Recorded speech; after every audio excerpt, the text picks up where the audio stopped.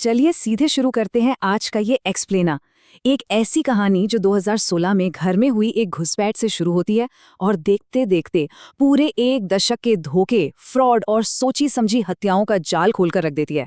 सच कहूं तो कई बार असल जिंदगी की कहानियां फिल्मों से भी ज्यादा खौफनाक होती हैं। सीधे चलते हैं 16 अगस्त 2016 की उस अफरा तफरी में।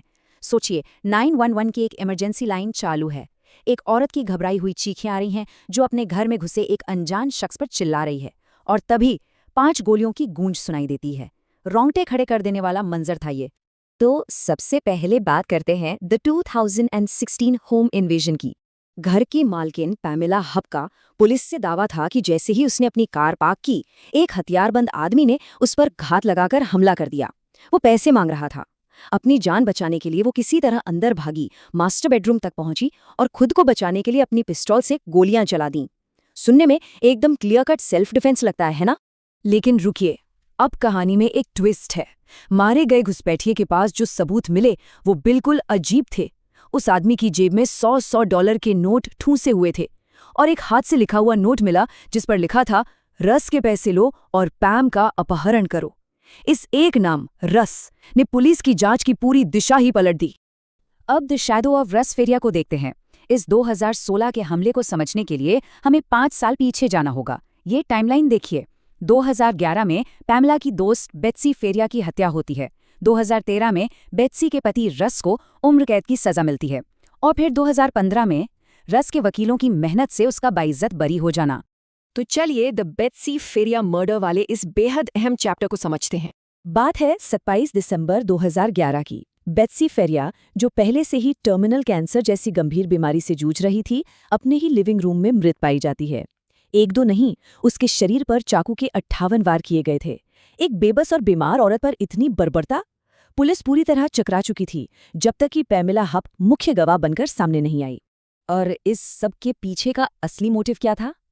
$1,50,000। जी हाँ, अपनी दर्दनाक मौत से ठीक 4 दिन पहले बेट्सी की लाइफ इंश्योरेंस पॉलिसी का पूरा पैसा चुपचाप पैमेला के नाम ट्रांसफर कर दिया गया था। कोर्ट रूम में पैमेला ने इतनी चालाकी से घरेलू हिंसा की कहानियां गढ़ी कि पूरा का पूरा फोकस बेट्सी के पति रस पर चला गया। उसने खुद को एक आदर्श गवाह साबित किया। नतीजा, एक बेगुनाह पति को गलत तरीके से उम्र कैद मिल गई और वो मोटी इंश्योरेंस की रकम बिना किसी शोर शराबे के पैमेला की जेब में चली गई। आगे बढ़ते हैं और देखते हैं एक्सोनरेशन एंड अ ट्रैप। नवंबर 2015 में जब सच्चाई सामने आई और रस फेरिया बाइज्जत बरी होकर जेल से बाहर आया तो असली मास्टरमाइंड घबरा गई। पैमेला को लगा कि अब 2011 की फाइलें दोबारा खुलेंगी।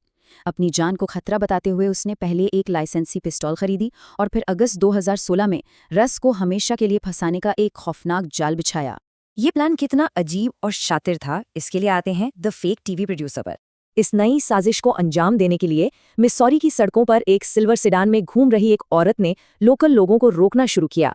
उसका ऑफर था $1,000 का नकद इनाम। बदले में क्या करना था? बस एक टीवी शो के लिए 9/11 रॉबरी की झूठी एक्टिंग करनी थी। अब जरा इन दो बातों को कंपेयर कीजिए। पैमेला ने दावा किया था कि वो घुसपैठिया एक खतरनाक हिटमैन था जिसे रस ने सुपारी देकर भेजा था। लेकिन सच्चाई? वो आदमी 38 साल का लुइस गम्पेनबर्गर था, एक कार एक्सीडेंट का शिकार जो शारीरिक रूप से लाचार था और जिसका दिमागी विकास सिर्फ एक 12 साल के बच्चे जितना था। ये एक बेहद दिल तोड़ने वाली सच्चाई है। तो आखिर ये मास्टरमाइंड पकड़ी कैसे गई? आते हैं अनकवरिंग द मास्टरमाइंड पर। ये पूरा सेटअप कितनी बेदर्दी से प्लान किया गया था, इसे समझिए। पहले एक लाचार इंसान को पैसों का लालच देकर बुलाओ, फिर उसे घर लाकर उस फेक रॉबरी स्क्रिप्ट का हिस्सा बनाओ। 911 पर कॉल करो, उस मासूम को मार डालो और एक जाली नोट वहां छोड़ दो जो सीधे सीधे रस्क की तरफ इशारा करे। एक ऐसी कहानी जिसमें इस्तेमाल किया गया मोहरा कभी अपनी सच्चाई बयां ही नहीं कर सकता। इस सबके बीच एक और भूली हुई शिकार भी है, अ फॉरगॉटन विक्टिम। जैसे जैसे पुलिस की जांच आगे बढ़ी, अपनों को ही शिकार बनाने का एक और खौफनाक पैटर्न सामने आया। 2013 में पैमेला की 79 वर्षीय मां, जिन्हें अल्जाइमर की बीमारी थी, उनकी बालकनी से गिरकर मौत हो गई थी। लेकिन बाद में पता चला कि उनके शरीर में एम्बियन नाम की नींद की गोलियां नॉर्मल से 8 गुना ज्यादा मिली थीं और मेडिकल एक्सपर्ट्स का साफ कहना था कि वो इस हालत में अकेले उस रेलिंग पर चढ़ ही नहीं सकती थीं। और उस हादसे का सबसे बड़ा सुराग? मौत से ठीक 1 हफ्ते पहले तैयार की गई $1,00,000 की एक नई लाइफ इंश्योरेंस पॉलिसी। ये बिल्कुल साफ दिखाता है कि इस पूरी क्रूरता के पीछे सिर्फ और सिर्फ पैसों की हवस थी। खैर, हर नाटक का एक अंत होता है। चलिए देखते हैं द ड्रामेटिक डाउनफॉल। सालों का ये इतना सतर्क धोखा कैसे टूटा? सिर्फ एक गवाह की वजह से। कैरल, जिसे सबसे पहले उस नकली टीवी शो का लालच दिया गया था, उसने पैमेला को तुरंत पहचान लिया। उसके घर के सीसीटीवी में वो सिल्वर सेडान और उसकी लाइसेंस प्लेट रिकॉर्ड हो चुकी थी। वो जाली नोट और $100 के बिल कुछ ज्यादा ही परफेक्टली प्लांट किए गए थे। और हाँ, लुइस के मेडिकल रिकॉर्ड्स ने चीख चीख कर साबित कर दिया कि वो हमला करने के काबिल ही नहीं था। 23 अगस्त 2016 को जब पैमेला आखिरकार गिरफ्तार हुई तो उसे समझ आ गया कि गेम अब खत्म हो चुका है। इंटेरोगेशन रूम में उसने बाथरूम जाने का बहाना किया और वहां एक पेन से अपनी ही गर्दन पर 12 बार वार किए ताकि वो किसी तरह कानून से बच सके। हालांकि मेडिकल स्टाफ ने उसे मरने नहीं दिया। तो इस पूरे ड्रामे का अंजाम क्या निकला? अगस्त 2019 में पैमेला हब को बिना पैरोल के उम्र कैद की सजा सुनाई गई।